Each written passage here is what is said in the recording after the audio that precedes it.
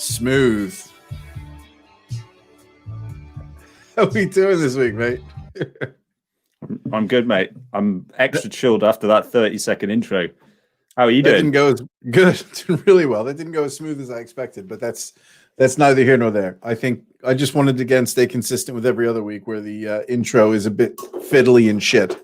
Yeah, well, we got to keep experimenting with that and playing with it. I think it's a move in the right direction, as is I think so too. your svelte haircut this week, Sean, which our viewers will notice. You've taken a step closer to Hugh. You've copied my beard. You copied my glasses. You copied my hair. I don't know. I think I had the beard first.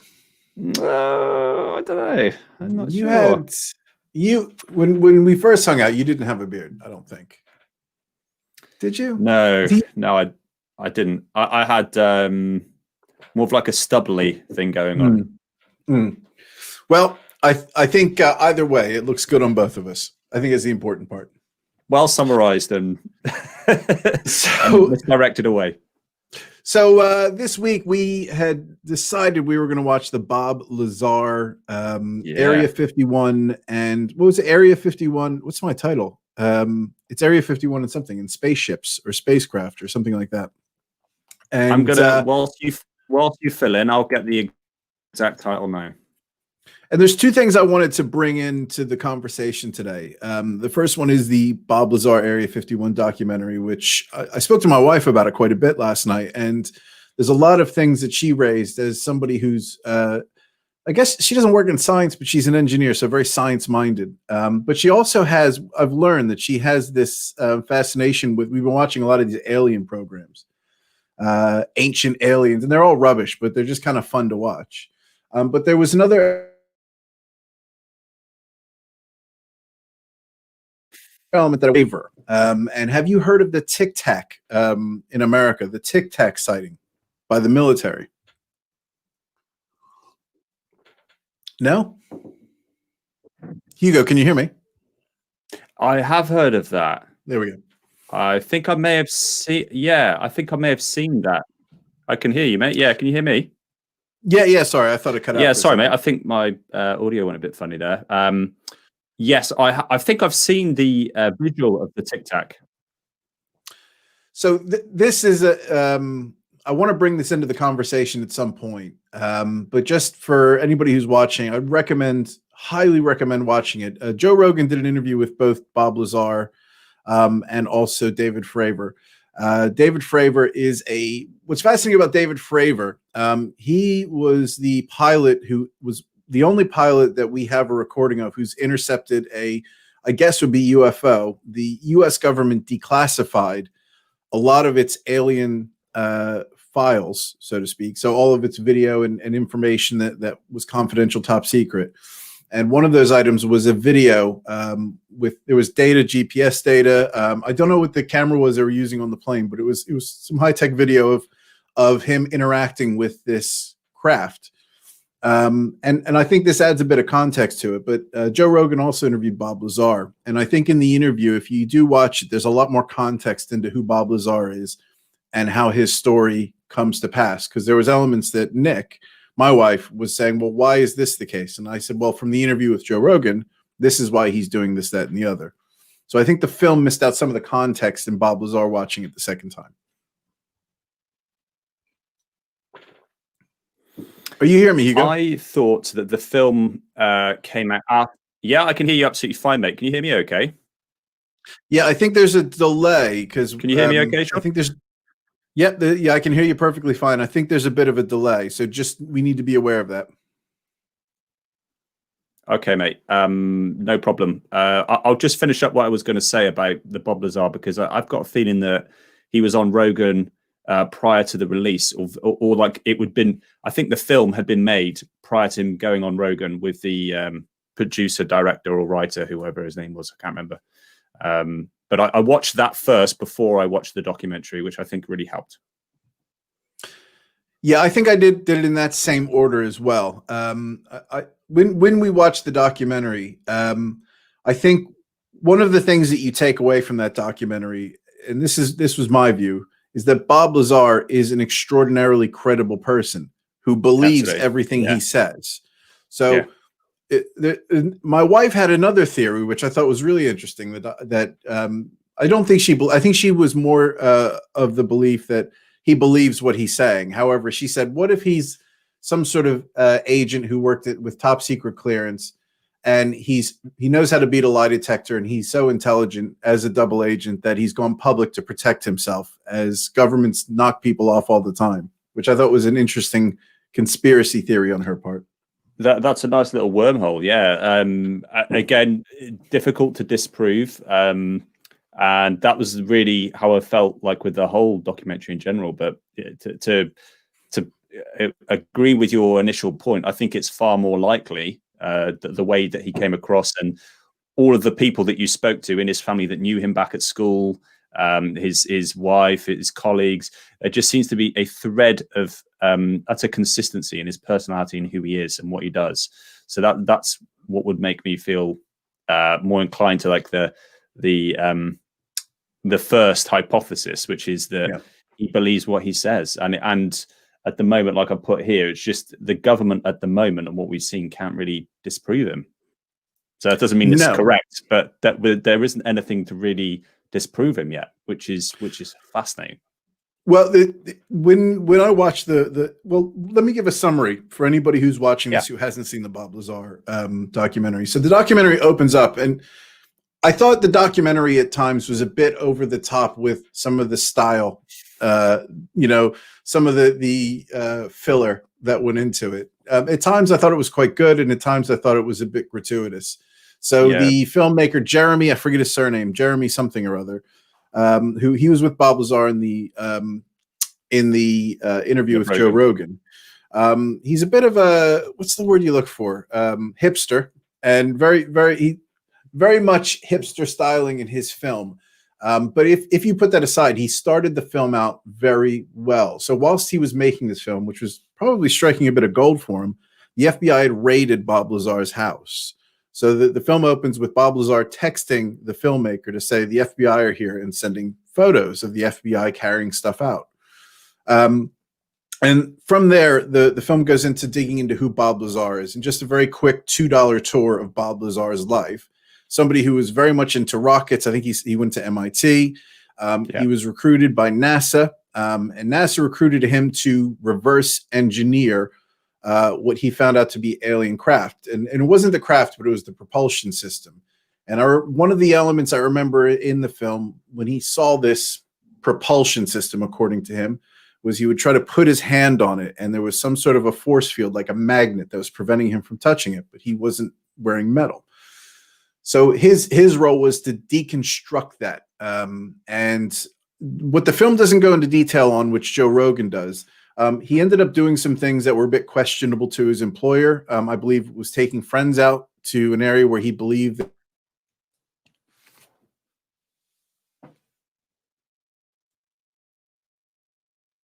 they would be tested. He had friends who were with him when he was being harassed, and at one point even shot at.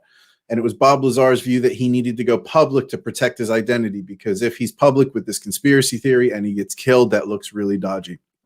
And throughout the film, there's certain things that are unusual. So I think one of the elements was his records working for the government, working for, I think it was, what was the name of the company? It was EGS or something? EGG. EGG. There was no record of that, but Bob Lazar had evidence and records to confirm that. There was people that were corroborating his story who were working for these organizations, even the people that recruited him. The filmmaker was able to find. So there's a lot of corroboration. And then the film ends with this one area, which I think is actually quite key, with this element 115 that he said was what created what was a gravitational propulsion system. And the element 115 bent gravity or manipulated gravity or did something to gravity, and that he had taken it. And he was quite cagey around questions from the filmmaker as to whether he took this element 115 or not. And that conversation very much surrounded in the film the actual raid of his facility, his house. And pretty much where the film ends is who do you believe? Do you believe Bob Lazar with everything that can be confirmed? Everything he said has been confirmed. Lie detectors he's passed.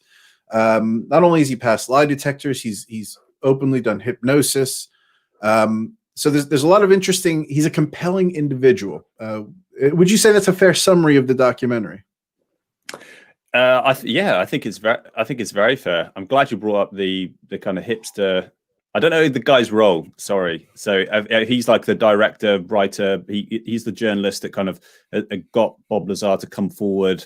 He's a key factor in the filmmaking anyway. But I was not a fan of the style it was shot in. I think that's just, again, it's a personal preference. But I think if you're trying to do a bit of an expose on government corruption and there being alien life form, I think it's more credible to keep it more straight and to the point. And I think the Mickey Rourke monologues I find cringeable. I was just thinking distracting, and that I just couldn't help but think back when he's in the Expendables, and I watched that as a martial art fan in the 80s, and all those superstars coming together, and Mickey Rourke acting in there was kind of almost laughable. And I kept thinking of that. So I was like, what? I just shut up and just focus on Bob, because everything is down to Bob. He's the guy that he's the guy that's saying everything's happening. We just need to listen to him. That's what all the film is. But obviously they're trying to make a narrative. He's got like an art form that he's trying to kind of create off the back of that. And he wants to create a piece of art, obviously, the filmmaker. And it just wasn't for me. And I think it took away from the whole story. But yes, I feel that was, in answer to your response, mate, I think it was very well summarized. So overall, just as I kind of want to put it back to you, what was your overall take, just from like, so two questions. What did you think of the documentary overall for our viewers, and just from a friend's perspective and would you recommend other people watch it? And two, do you believe him? So if we were going to our review system out of 10, I would give actually the documentary a 5 or a 6, maybe a 5.5 or something like that. But I'd give the content and Bob Lazar a 9. Yeah. I think Bob Lazar and the storyline carry the film despite the documentary. And there's elements that he did quite well. I really like how he opened it up, really catches your interest with the FBI raid. But you had to have your interest caught at that point, because you had to put up with like 5 minutes of Mickey Rourke just saying some shit that had nothing to do with the storyline. It was very sort of avant-garde, high level stuff that's meant to sound artistic and connect you to the storyline. And if anything, it had me reaching for my phone just to sort of distract myself. I kind of felt like it was, I'm telling you a story right now, and this is the story, and this is the truth, and this is factual. And it was a version of them saying, this is the story. This is the story I'm telling you right now, and it's factual. It was the difference between that. What we're saying is to say it was just bollocks. Like, it was just shut up. And, we don't need, this is just me and my personality. I like to get straight to the point and keep to the facts and keep it logical. So obviously that stuff would draw other people in where it might put me off. But yeah, I would agree with you. The documentary in itself, I think his filmmaking skills are better suited in a different domain, not in trying to do like a whistle-blowing documentary. However, the content itself of what Bob as a character, as a credible character, is huge. I think he was massively credible. And the story, like just the lone, like if he is right, would be the greatest discovery of mankind to date. There would be unquestionable proof of existence, external existence in the universe, and that alone carries the entire thing. And it's worth just listening to a guy that it's very difficult to disagree with. It's very difficult to find any holes in what he's saying. So that in itself, it's just so compelling to hear him talk, and it's well worth a watch, I think.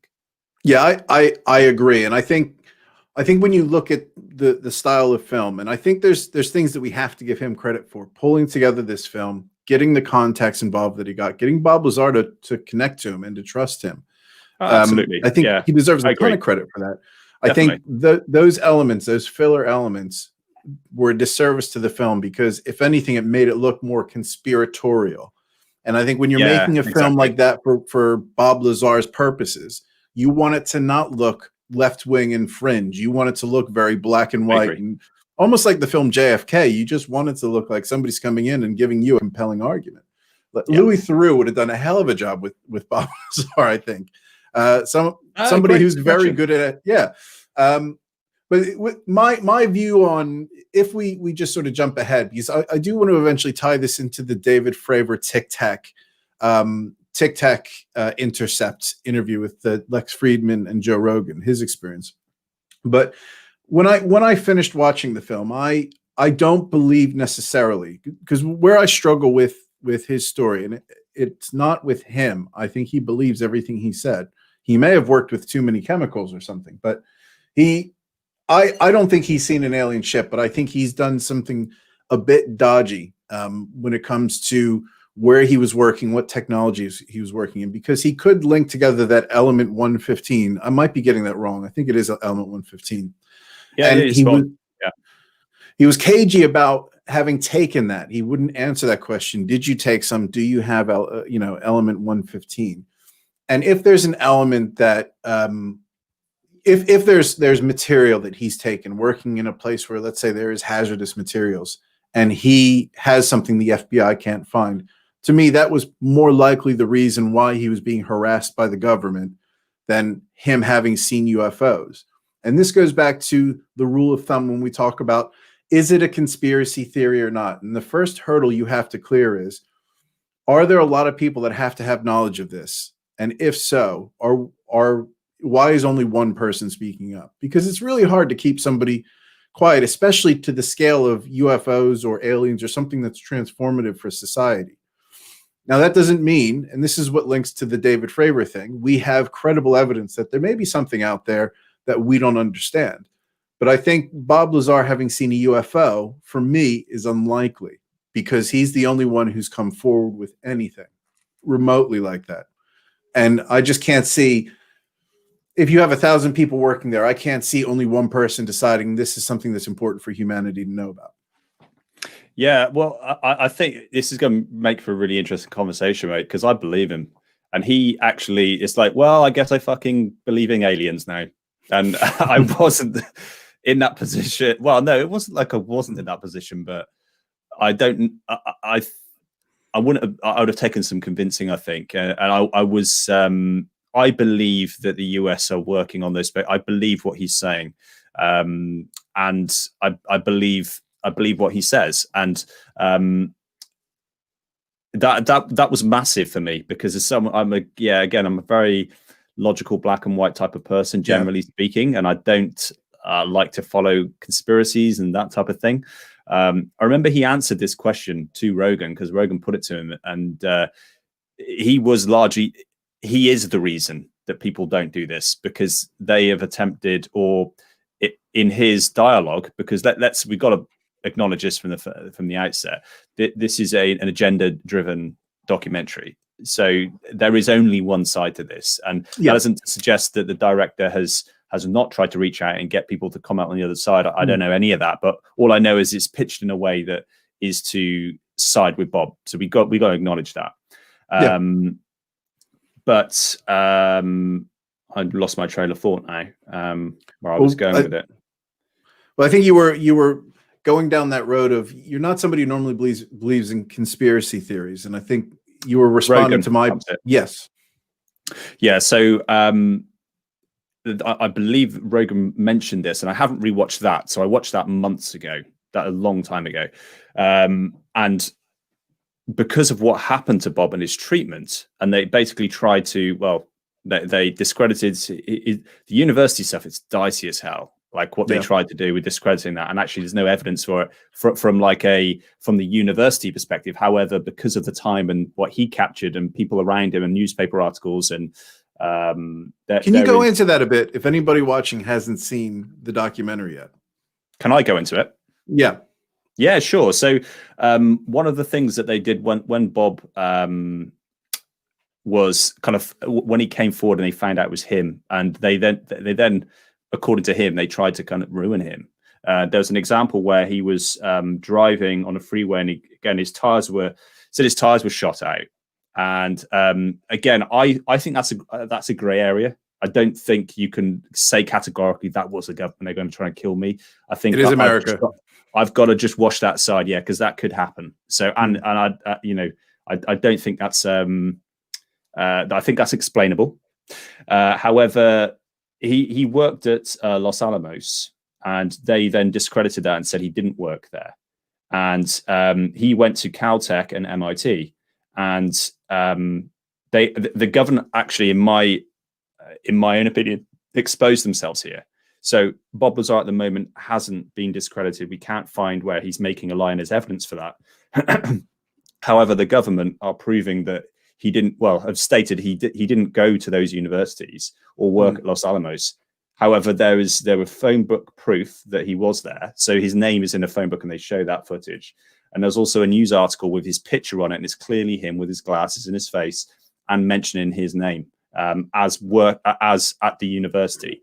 So straight away there's something trying to cover up. Now, whether it's because of what you said, that he did take this element 115 away, and they're trying to get that back, and he's broken, the federal laws, and they're going after him with the full force, or whether it is because he's exposing really what they're working on.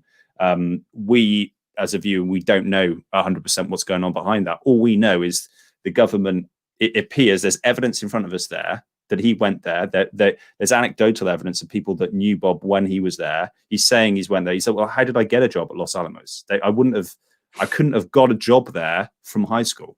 He said, and I went to the recruiters EGG. So, and they're like, how did he know EGG? How did he even know they were responsible for that? And yeah, he wouldn't have been hired from a high school education. He had to have gone to something, a high level school and done well in that. And he's got the proof behind it, but the government have kind of eradicated that. So that's where it gets really dicey. The reason behind that, we're not 100% sure, but it could be a couple of things. But I just want to touch on the element 115 thing as well, Sean, because you mentioned this. I think the fact that he was unwilling to talk about that, but he talked about everything else, he already talked about it. It was pointless for him not talking about it.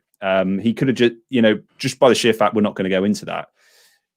To me, without any proof or knowledge, it's just psychological. He clearly did something, because he would have just gone, well, no, I didn't take anything, because he's just been very upfront. The fact he didn't want to go into it, there's something. Okay, there may have been we knew someone that did it. He is involved with that somehow. That the sheer fact he wasn't willing to go into that, I think, said actually quite a lot. Yeah, and it was the way he didn't answer the question that made me think. So where I sit with this, as far as Bob Lazar, I'm more inclined to think that he was involved in. He worked for the government, he worked for those organizations, but he was working in maybe some sort of a warfare or some sort of something where it was really sensitive what he was working on. And if he's taken something, an element or some sort of material, he works for a laboratory, makes fireworks, so he's got stuff to make explosives with. There's a lot of reasons why I think the government would be questionable. I think it's really weird as best practice for a government agency to wipe his name from MIT. I don't think it's as strange to wipe his records if they're dealing with top secret stuff from the place he works at. The filmmaker, and actually one of the original reporters who looked into this with Bob Lazar, was able to confirm that EGG was recruiting people for the government for these, this sort of work. So there is confirmation and there is a link there. I'm more of the belief that it's not to do with aliens, more to do with something that's really sensitive and really confidential. And that I think that element 115 is linked to it, because that was the only time he got really weird about answering a question specifically. Did you take some? Do you have it somewhere? Do you think that's why they're coming for you? And it was a very tactical stand down at that point. Yeah, absolutely. You say you've got some clips that you wanted to go through with this TikTok. I wanted to link that, because where I sit, this is a nice segue for me. When I think about my view on this before I saw these interviews and saw this information with the Tic Tac, and I'll expand on that in just a second. I would have been more resistant to the idea that there would have been aliens involved, because there's really, I believe that there's aliens? I think most scientists will believe there's life out there, and we don't know. We can't quantify what it is. We haven't seen them. We don't have any evidence of them as far as we could tell. That was my belief generally. Yes, they're there, but we don't know. Nothing's visited. But since this David Fravor interview, I think now you have to accept that there's a possibility that there's things out there that we don't know. Now, are they UFOs? Not necessarily. Maybe it's some animal that we're not aware of, or some natural phenomenon that we're not, we don't have a grasp on yet. There's certain things that we still don't understand in society or in science that we're still learning about. David Fravor is a Top Gun instructor right now. So he's somebody who is working his plausibility, that's not the word I'm looking for. What am I trying to say? Credibility. Thank you. His credibility is there. You can't question his credibility. He's a Top Gun instructor.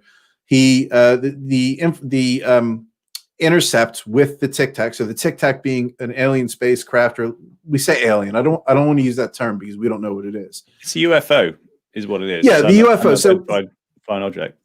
So David Fravor, I'm just going to give you, because the one piece I saved here was David Fravor's opinion from a Lex Friedman interview on, is it human? Is it alien technology that he ran into? He effectively was on a training mission, and he was scrambled to one of the I guess helicopters in the area for the Navy. Said, there's something out there, we need you to go see it. And they intercepted and observed this thing moving in ways that wasn't natural. So by natural, it wasn't wind, it wasn't plasma. It was something that was defined, and it was moving with purpose. So it was making decisive movements with what looked like decision-making or reactive decision-making to how they were moving. And that changes my view on what Bob Lazar may or may not have seen to a certain degree, because we have to accept that there's the possibility that there are things out there. Now, does the government have something in a lab somewhere? I don't know. That's something that I can't click to yet. I can't say that this is what Bob Lazar has seen. But let me share the video, because I think it was an interesting just part of the interview. It's definitely, I don't think it's an ice cloud, because ice clouds don't fly around and react to you. Do I think it was a light? I'd say no, because of the aspects and what we looked and watched it do. I'd say no. What do you mean by light? Like a light ball, some type of perception. There's their experience, like plasma. You can do plasma, and you can go, oh, I can see it, but it's really not, it's plasma. I don't think so. So you would see distortions, I think, as it moved. Maybe not. I mean, I'm not the theoretical physicist, and I'm not at MIT. I would say no. I mean, it looked, from all my experience, and I had quite a bit of it when this happened. No, I think it was a hard object. It was aware that we were there. It reacted exactly like if I was another airplane and I had to come up and do something, exactly what I would do. It mirrored me. It wasn't aggressive. There's talk, it flopped behind us, and it was never offensive on us. It never did that. It just mirrored us. So as we're coming down, it's just like, you're kind of, you said you do martial arts, or wrestling, you see people out on the when they get into the ring, especially with collegiate wrestling, because my roommate in college was a collegiate wrestler. So I de facto became a wrestler because he beat me up every night. Yeah. We joke, I talk to him literally probably 3-4 times a week. Yeah. But you see wrestlers when they get out, you're kind of feeling each other as you walk. And boxers do the same thing. It was doing that same thing. It's like, what's going on as it comes around, and then it was like, hey, we're going to get here. And when I got too close to it, it decided I'm out of here, and then it did something that we've never seen. The other question is, what if I didn't cut across the circle? What if I just kept going around a circle? We'll just keep going. I could have just watched it. I mean, my one regret out of the whole thing is we have a camera in our helmet, in the joint helmet. There's a little camera, but we never use it because it's nauseating to watch. Because if you've ever put a GoPro on someone's head where they're looking around like this all the time, it'll nauseate you. So we never turn that on. And all, it's the one thing I didn't do is reach down and hit the switch. Yeah. And then we didn't go back, and because our tapes didn't have anything, because we didn't get it on radar. Because I tried to lock it up, because I can move the radar with my head, but I couldn't. It wouldn't lock. The radar wouldn't lock, and so then the question is, and this is unanswerable, but let's try to get some hints at it. Do you think it's human, like advanced human created technology, that's simply top secret that we're just not aware of, or is it not something not of this world? So if you'd asked me in 2004, I'd have said, I don't know. If you ask me now, so we're coming up on 16 years ago. Yeah. For a technology like that, and let's assume that it didn't have a conventional propulsion system in it, because I don't think it did. I would like to think that if we had a technology that would advance mankind leaps and bounds from what we normally do, then it would start coming out. But to hide something like that for 16 years, and I understand, and I don't speak for the United States government, and I never will speak for the United States government, but I understand how some of that stuff works for classification levels and why we classify stuff. Is it detrimental to national defense? But there's a point where you have to look and go, if we had a technology like this that could literally change the way mankind travels, how we get things into space, our ability to do things, you talk about, are we going to go to Mars? Well, if you have something that has the ability to go, because remember, these things were coming down when the cruiser tracked them from above 80,000 feet, which is space. And they would come down and they would come straight down. They'd hang out at like 20,000 feet. And then 3 or 4 hours later, they'd go back up. We don't have anything that can come down, hang out in one, and I'm talking hold out in a spot. Well, we all know there's winds. They're not drifting like a balloon. They're just sitting there.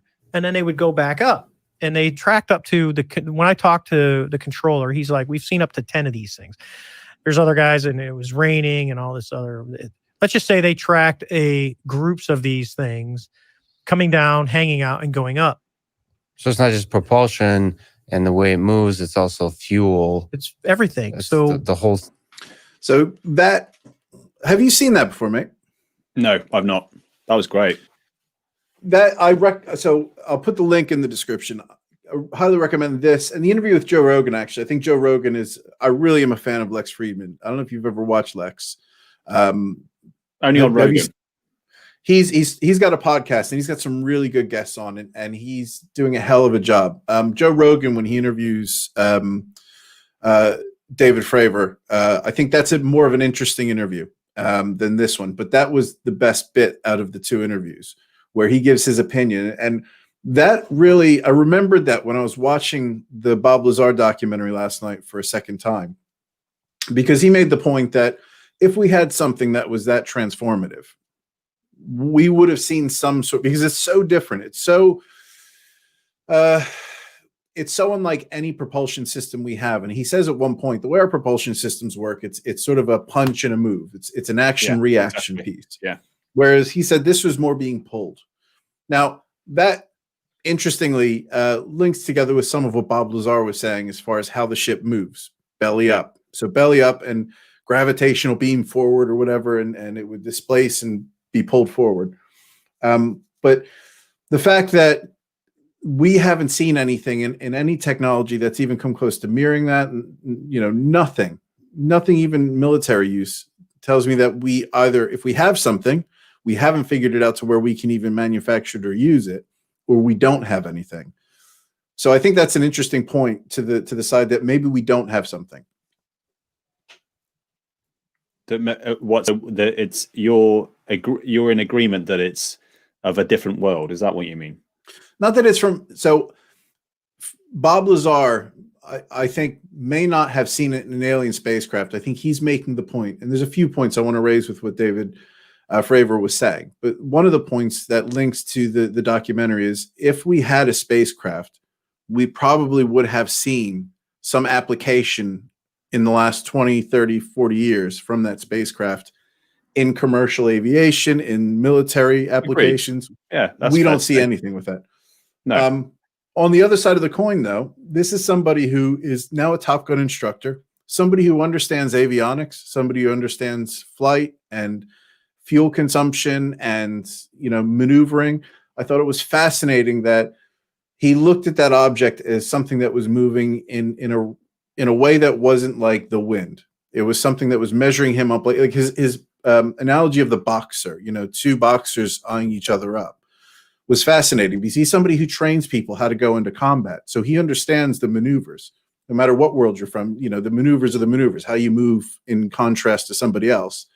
He was noticing that it was moving intelligently, and this thing was moving in a way that was very unnatural. So something that wasn't holding there. So we have somebody who is still working at Top Gun right now, who is saying that, yes, I saw something. It was very real. It was very unexplainable.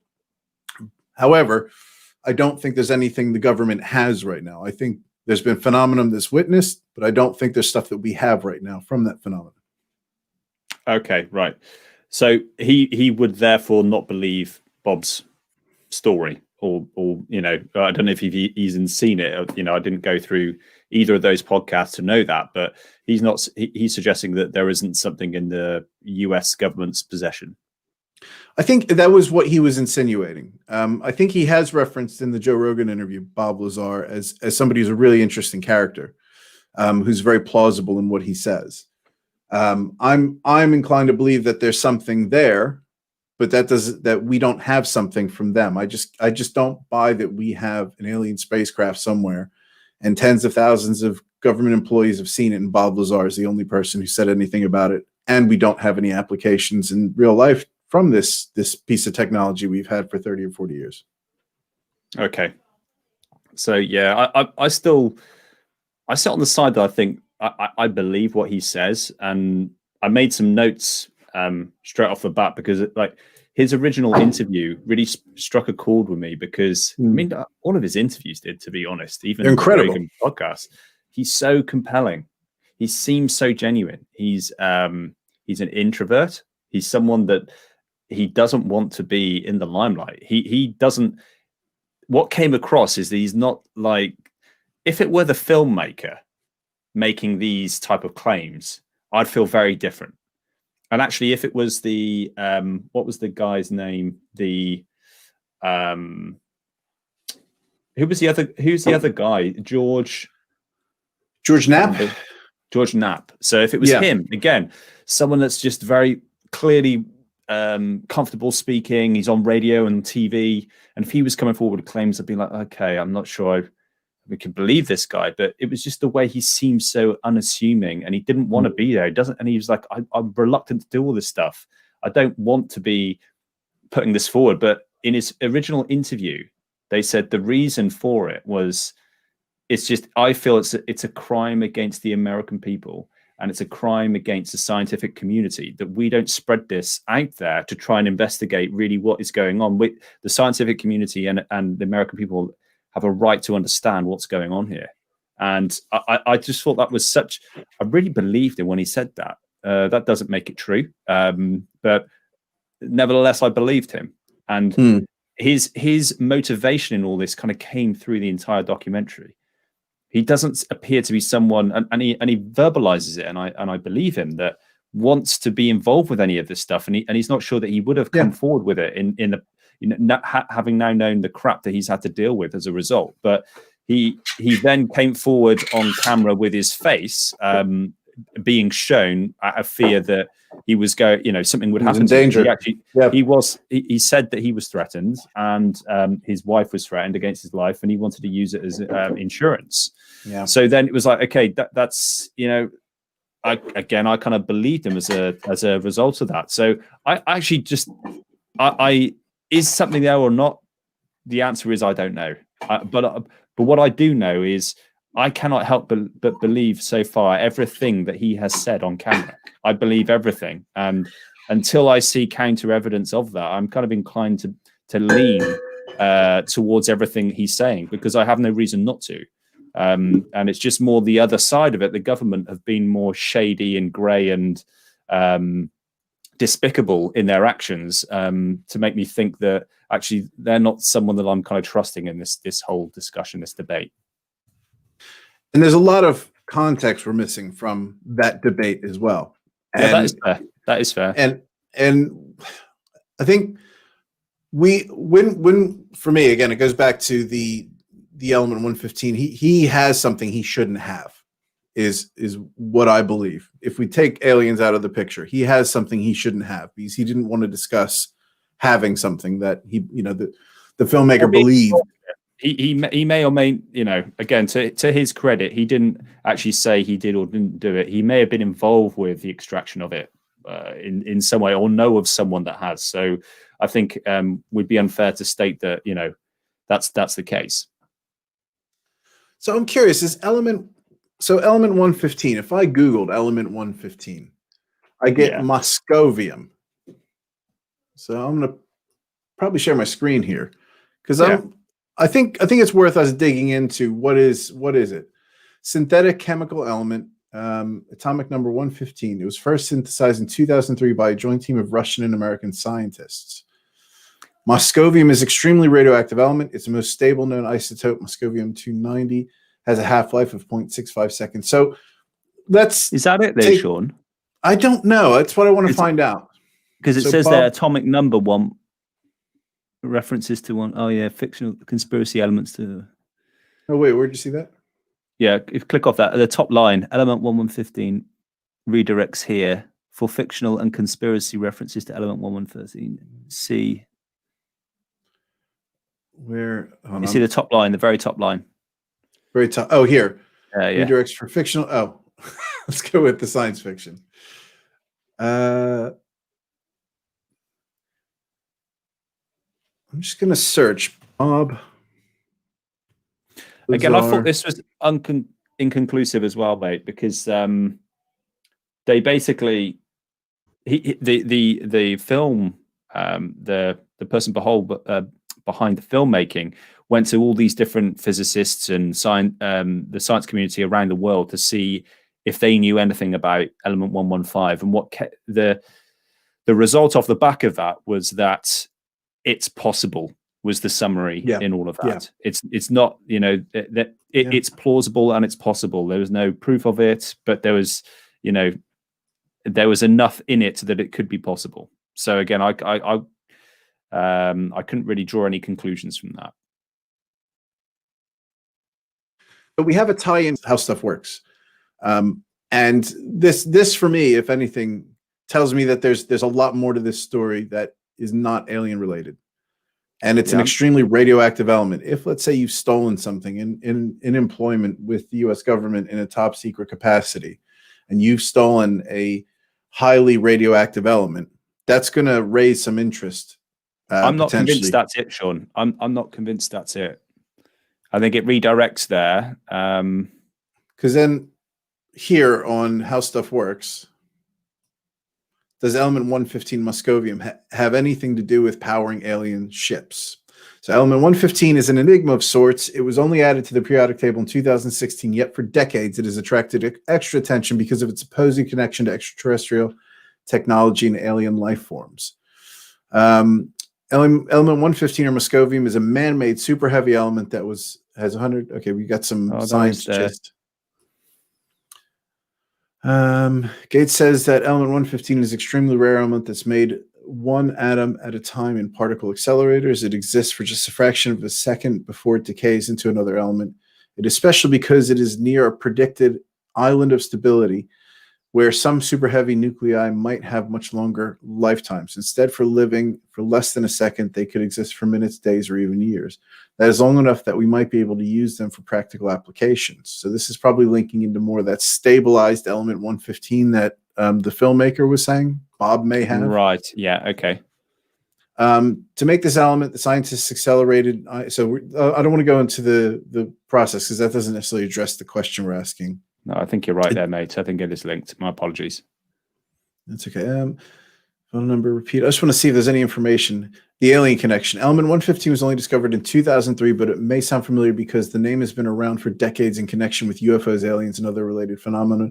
We're referring to the long-lived story of Bob Lazar, who in 1989 went public with what he said was top secret information about element 115. Lazar claimed to be a former employee at Area 51, the famous and highly classified area of the Nevada test and training range operated by the U.S. Air Force, which I think we all agree he was there, where his job was to reverse engineer crashed alien space flying saucers, according to Bob. He said that he personally worked with element 115, which was used to pilot alien spacecraft. It is impossible, quote, to synthesize an element that heavy here on Earth. That's what Bob Lazar was saying. The government doesn't confirm the employment of anyone who's worked at Area 51, which I think is fairly standard. And as some sources have pointed out, the gist of his claims have never been thoroughly disproved. Yet there is a fundamental science. There is still the fundamental science contradicting his claims.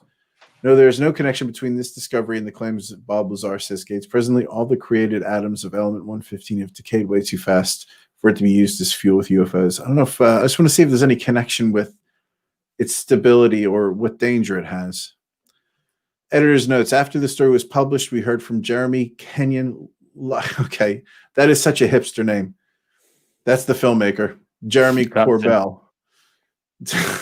I wonder if in the article, when they reached out to him for an interview, he made it clear, listen, can you use all 4 of my names when you reference me? I want you to use every single name that I have. Who directed the documentary and is familiar with Lazar. Corbell emailed us some additional information about Lazar and element 115 that we've excerpted here, whatever. When Lazar first came forward in 1989, he made no point to explain that there's no reason a version of element 115 couldn't be synthesized and observed at some point in the future. In fact, he predicted that it would be observed, as did many, just likely not in stabilized form because of the statistical improbability of landing on a relevant isotope. The isotope discovered in 2003 is not the isotope that would account for what Lazar has described having had access to while working at Area 51. Lazar reports that the 115 he had access to is far more stable. My understanding of Lazar's thinking is that with the advances in bombardment techniques, new isotopic combinations would be achieved. However, just like gold has 37 different isotopes and only one isotope is stable, 115 is suspected to have mostly rapid decay isotopes. So hopefully in the future, we will land a version with a longer half-life. So I don't know if it's dangerous. I was curious to see if it would say something along the lines of it's a highly dangerous element if in the wrong hands or something along those lines. But to me, he's got something radioactive. He's got a laboratory. He worked and he has top secret knowledge. I think for me, I'm going to go with the Occam's razor theory. And it is what requires the least amount of assumptions is probably correct. But I'm not saying that I don't think, well, of course, I don't think you're an idiot for believing that. There are spaceships, and I think I have to open up the possibility because we have observed strange phenomena. I can't say 1,000% that that's not true because I find it intriguing that Bob Lazar has passed every lie detector, and he seems fairly lucid in every interview he's given. It doesn't seem like he's crazy. He seems actually a very smart and put together individual, very credible, genuine person with integrity. So yeah, I mean, for multiple reasons, that there's some fascinating stuff in it. For example, that he was dicking around and helping out a brothel, put together a brothel. Remember that part of the documentary? And then he got found out for it, and the law went at him supposedly quite hard considering the circumstances. Now, again, I know nothing of that, so that could be inflammatory, it could be exaggerated. However, what came clear in that is he had to stand trial and say where he went to school, and it was Caltech, MIT. They said, well, we don't find any evidence of that. It's like, I know because I work for the government and they've tried to eradicate my history, but I have some evidence here and there. And actually, this was working against him, and he was liable for jail time and extended time because of his air quote lies. And he stayed with it when it would have benefited him just to be like, look, I was just, I don't mean that. I don't want to go to jail. He doesn't really seem like someone that would probably do very well in jail either. So he was he wasn't really someone. Again, he just stuck to his story. So whether he's just some sociopath that has just this way of coming, is a great actor and is just stuck 100% to his story, or not, no one really knows that. But from flat earthers, the thing that's really difficult for them is that because I'm in their kind of position right now, right? I'm flying that kind of flag from the. You've got evidence, though. I can actually reference evidence. Well, this is the thing. There's anecdotal, there's written evidence, and there isn't anything that's saying, this is the counter though. This is what we were working on. It was secret. He shouldn't have done that. We're going after him for that. There's no plausible alternative. No one's come forward with that. So therefore, I'm leaning with the person that seems actually the most genuine in this whole situation. And I'm sticking to what he's got to say at the moment because I've heard nothing at the moment that counters it. Oh, sorry, mate. Am I still there? I could hear you. You cut out, but I think we got the gist. Yeah, you froze up for a second. I'm inclined to agree with the side at the moment that is most honest and genuine, that has some form of evidence, versus the one side that understandably isn't coming forward with anything and that has shown to use some underhand tactics and some dishonesty. So why would I fall in line and believe that? There's more than one. Yeah, there's more than one solution, though. I don't think that we have to believe one or the other. I think, as is the case, and this is what we discussed, there's always somewhere in between where the truth lies. Yes. Yeah, and in this case, and it seems backwards, but burden of proof is always on the accuser. And in some ways, The accuser will be Bob Lazar, and he's making claims to protect himself, but he's making claims nonetheless. And the evidence he has at the end of the day isn't necessarily enough to compel me to believe that there's alien spaceships sitting in secret government facilities somewhere. I think that's, for me right now, that's just that bridge too far. But things have changed. And when I've looked into this, because I'm fascinated by conspiracy theory things. I'm fascinated by flat earthers. I'm fascinated by people that believe in Bigfoot. I'm fascinated by ghost hunters. I love that shit. But I'm a skeptic at the same time. So I've got that little bit of dreamer in me, but I've got enough realist to know that it's a load of shit. It's interesting. I'm not fascinated in any of that stuff. I can't abide any of it because there's just so much counter evidence that just you'd think like, well, why haven't we? Where is there evidence of nothing I've seen that would kind of point towards Bigfoot being true? And quite the opposite of a Bob Lazar. Whenever anyone's talking about it, I'm like, I would. Do not trust you. I don't believe the words that you're saying. Yeah, that's quite interesting actually in itself, that I'm someone that I'm not interested in it. I don't like listening to this stuff. I just like to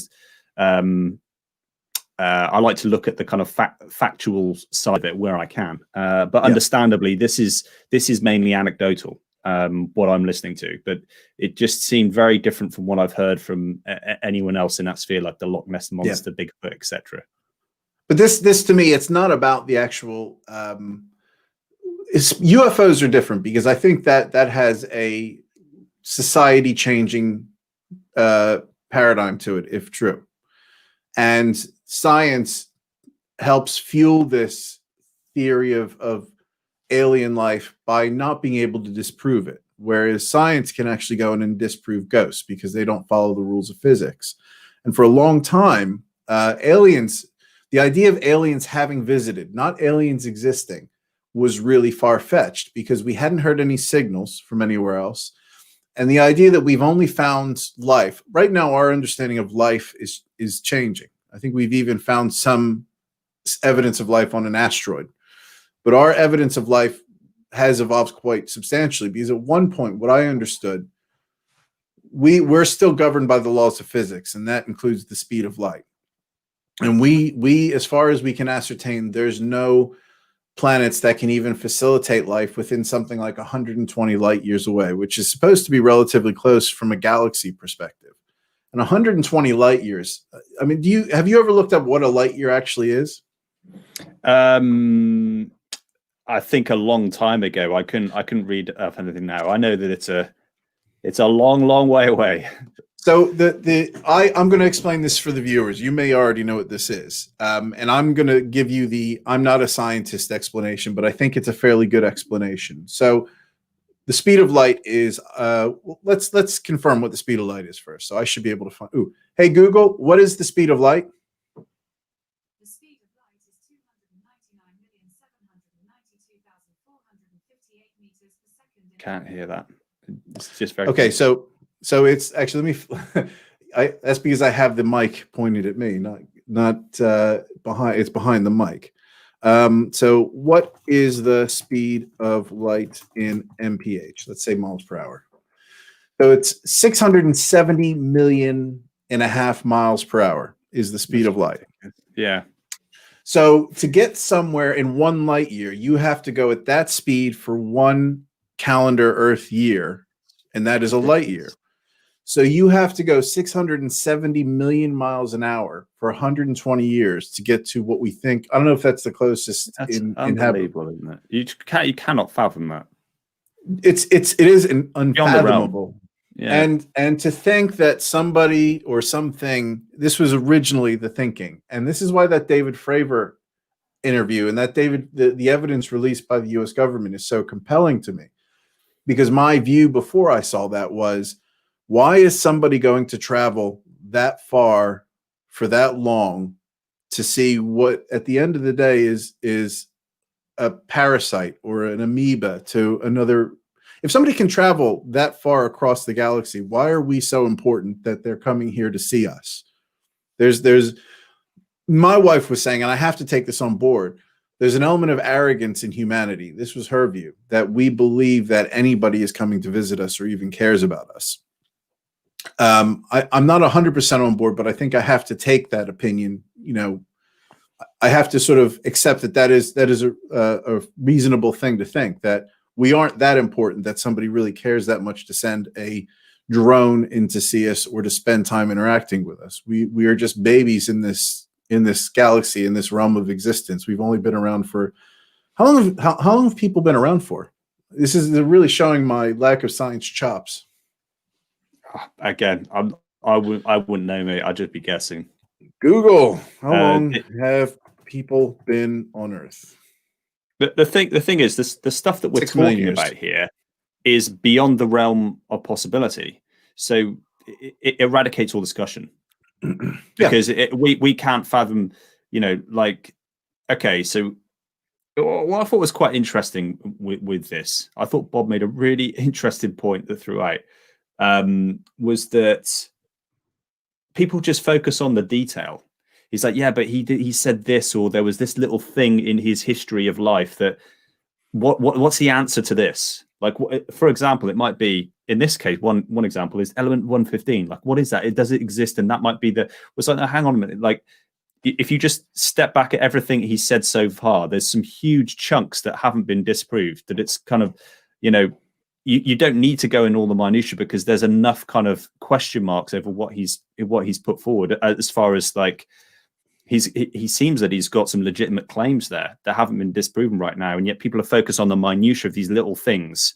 When if you just step bak and look at the whole thing, let's say you haven't watched Bob Lazar. Let's say you've just seen that clip that we've just watched there. You've got a Top Gun instructor saying we're seeing things that we cannot explain. So that's a UFO. Factually, that's a UFO. So where did that come from? And there are two answers. It came from Earth. It was man-made, and there's someone somewhere that's behind this, or it's something intergalactical that's outside of the sphere here. And in both of those cases, it's something that we cannot explain. So if it is something that's moving like that, well, let's say it's. I think it's more likely to be outside than inside, because I'm with you that I think the likelihood is that we would see more in modern warfare because of what the planet is like. I think the USA would be more likely to be behind something than not. But it could be China, Russia, or someone else that's involved with this UFO or number of sightings that these F-14 pilots have seen. So if it is something extraterrestrial, so if it is on the other side of things, and it has come and it's flying in a way that we can't explain, then we don't know who's controlling it. Like, again, Bob was suggesting that it was like child size.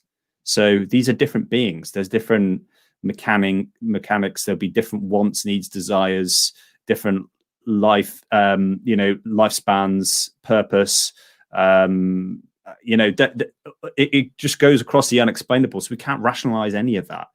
Just hearing Bob talk about how, again, it supposedly operates is not something we can even come close to constructing it, because it actually had its own gravitational pull. So how can something have its own gravitational force and manipulate that to move forward? That's how it moved. Therefore, how fast can it go? No one knows that. So unless those guys on site that are kind of testing it. So it just, again, for me, it's almost like a pointless discussion when we go into it, because it's like, we don't understand any of it. Like, so what your wife is saying there about, would anyone come and see? Well, we do, and we do not know is the truth of that. Well, absolutely, people could do that because they might have the technology to be able to move at that speed. Black holes, infinite, wormholes, I mean, there's loads of things. You just like, I can't explain how this. And a scientist, one of our best scientists, in America, couldn't explain how it. Well, he tried to explain how it works. He's like, it's impossible. So I can't even get my head around that. So how am I supposed to go any further than that? Yeah, when we look at, and I think I was referencing, this was my view before the whole Bob Lazar, David Fravor thing, was the universe was, I think I read now, we're 6 million years old in a universe that's 13.8 billion years old. And my view was we're nonsense to anything else. And why would they travel that far? We've seen things that are here, but when we reference that for me, I struggle to reference that back to Bob Lazar because of all the, when he talks about forget the minutia, look at, answer questions about his time at MIT or the things that haven't been able to be disproven. Even if you can't disprove those things on their own don't prove anything. Whether he's gone to MIT or he worked for the government, doesn't prove anything with aliens at all. That's true. Yeah.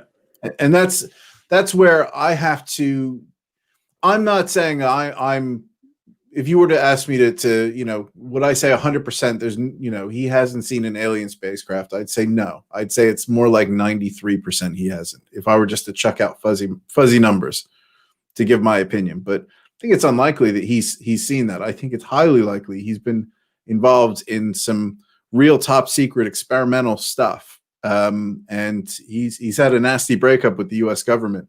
And there's somebody in there who's probably doing something that they weren't supposed to in an unregulated fashion. And he's now being victimized by that. And if he is a genius and if he's able to work around a lie detector, which I don't know how possible that is, it's a genius move. It is if he is that much of a genius, that much of a savant, which, man, that would be so brilliant if it was true. I find that to be more interesting. Let's say there is no aliens. He did something dodgy with really top. This is a great movie plot here, more so than the aliens, I think, to a certain degree. Imagine if he had done something dodgy and the genius himself took lie detector tests, passed them, hypnosis, tricked the hypnotist, created this whole alien backstory to throw the scent and distract the government from following him up on the radioactive materials he's stolen and the work he's doing. That's fucking genius. That is incredible. I agree. I can't believe that. I mean, the thing is, I can't believe almost all of the possibilities are unbelievable. Because more believable than aliens. What is more unbelievable, Sean, is that he may have actually seen alien aircraft and been working on it. What the fuck? that is unbelievable. That's like I said, that's the biggest news story of human history. So that's the alternative. Imagine that was just imagine that was true. So if I was to entertain that thought and I was to say, I fully believe that he's worked on alien spacecraft, how mind blowing is that? And what does that mean? I was watching an interview with, I forget the name of it. I'm terrible with these names. Name of the Japanese scientists. Because I think Hicho Cuoco or something like that. He was saying that if there are aliens out there, and I think Stephen Hawking said the same thing, we shouldn't really be reaching out to them because there's an unknown quantity with what is an alien species going to be like. It's like if you were to reach out to, if we were to discover grizzly bears and we were just to reach out to them and rock up to them, they would tear our shit apart. And what's the benefit of reaching out to an alien species and announcing our presence? We've already done it. So those radio waves, we've sent out radio waves. And I think there's a documentary coming out on some of the messages we've put into our communications that have gone out into space. So the radio waves we're receiving right now, the signals we're trying to discern if they're alien signals, are signals that would have been sent traveling the speed of sound, I guess, millions of years ago, hundreds of thousands of years ago. So what the scientists are saying is if aliens are getting our messages, they're probably getting messages we sent out 40, 50 years ago, maybe. And those messages, once they get out, what happens once somebody knows, our secret is out? What's the benefit of telling people that we're here, telling things that we're here? So it's all just a fascinating thing, this whole new dynamic in space. If there is another species out there that's intelligent enough to create, transportation, has that level of complexity in their evolution that they can build transportation and think critically, work organized. That's just insane. It's just, I can't even comprehend what that means for society. No, I agree, mate. The reason behind it, behind reaching out, I think is a one that's much more straightforward. It's one that personally I'm in agreement with you and the other people that you reeled off there, Stephen Hawkins, that I would not be doing that. That's not me. I'm not the someone to be reaching out. But human history has proven there are explorers and there are people that seek adventure and exploration. So it's the people driving that have the facility to be able to do that and drive that. It's curiosity. It's scratching the itch and just seeing what's possible and pushing boundaries. And that's built within us. I in agreement. I think that our planet and our resources, I don't see the advantage to doing that, but I also don't see an advantage in jumping out of a plane in one of those squirrel suits, like to mimic flying, which is supposed to be one of the most unbelievable feelings in the world. But every known person that's been involved with it, or the design of that suit, is now dead. So I'm of the same ilk. I just prefer to let them do their thing. We'll just do our thing. We've got enough on our plate to kind of work out here. Like, we're not doing a great job in our own individual countries and counties, never mind the world and the universe. So let's just focus on us a little bit more. But that's not what everyone else feels like, unfortunately. So I think we will continue to be pushing boundaries to that end. Yeah, cat's out of the bag anyway. We've been advertising our presence. We're shooting signals left, right, and center. Probing the galaxy, which in a way, you can say, we shouldn't be outwardly communicating if there is anything out there. But I think just our presence and our drive to explore is going to announce our presence anyway. I mean, for us, we have satellites that are just heading out into space and just exploring and sending us back information. And I think the size and scale of space is so unfathomable right now. This is why science isn't saying, there's no aliens or intelligent life out there. Well, we're only seeing such a small spectrum of this. It's ridiculously small as well. Universe. Yeah. It's some amazing stat that I wrote down, and I could dig out at some point, but this was a world-shifting stat that they said that they had the whole globe, and they were trying to find in the whole sky. And you go out in a clear sky and try this experiment yourself, but just try and find a spot in the sky that looks the darkest. And they shot, I think it was like the Hubble telescope there. They left it for some long duration to really get into it. They tried to find the emptiest spot in the sky, the big, most powerful telescope, and left it to focus on it. They found something ridiculous, like 3,000 galaxies at that point. And the point was the size of a pinhead in the sky that they focused on. So you look, the quietest spot that they could find in the sky, the size of a pinhead, they focused the telescope on that location for a set period of time to see what they could find. And it was 3,000 galaxies. So that, like, again, you can't get your head around that, because the solar system in itself is so ginormous, never mind the insignificance that sits within the galaxy, and then how many galaxies there are. It's supposedly an ever-growing universe. To feel that we are the only living life form in that, it doesn't seem possible. It doesn't seem plausible. It seems that the odds are there must be something else in a far along galaxy somewhere, living in some different, entity to a human being, but there must be. It's just, you can't believe that we're the only thing, surviving and living and growing in something that big.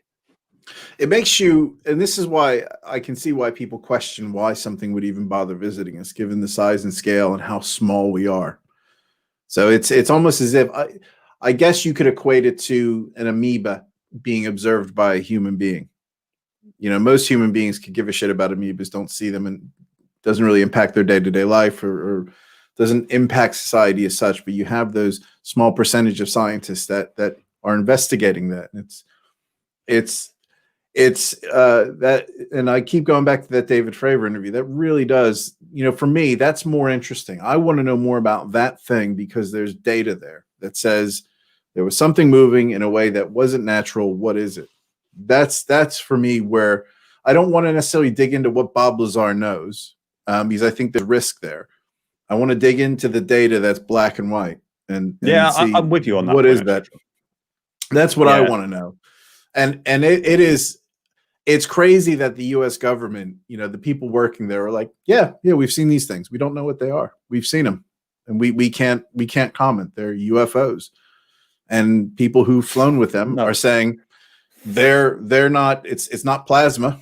It's something. It's not and moving that like that piece of the interview, that was just mind blowing when I just listening to that I made maneuvers and it made maneuvers in the same way that I would. We were sizing each other up, and it bugged out at about the point I would bug out, and it bugged out at a speed and in a way that we couldn't bug out, which is crazy.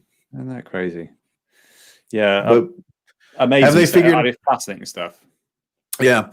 So Hugh, I have a thought here. How are you doing on time? I'm good. I'm thinking we end this stream so that we've got our Bob Lazar Area 51 stream, and we pick up just a weekly catch up in 2 minutes. Sounds good.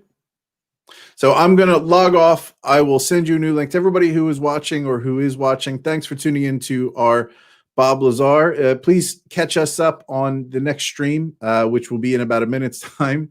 I'll probably re-release it during the week, and we will probably talk about what we're going to talk about next week. Okay, yeah, thanks, guys. We'll see you again shortly. All right, we'll catch up with you soon.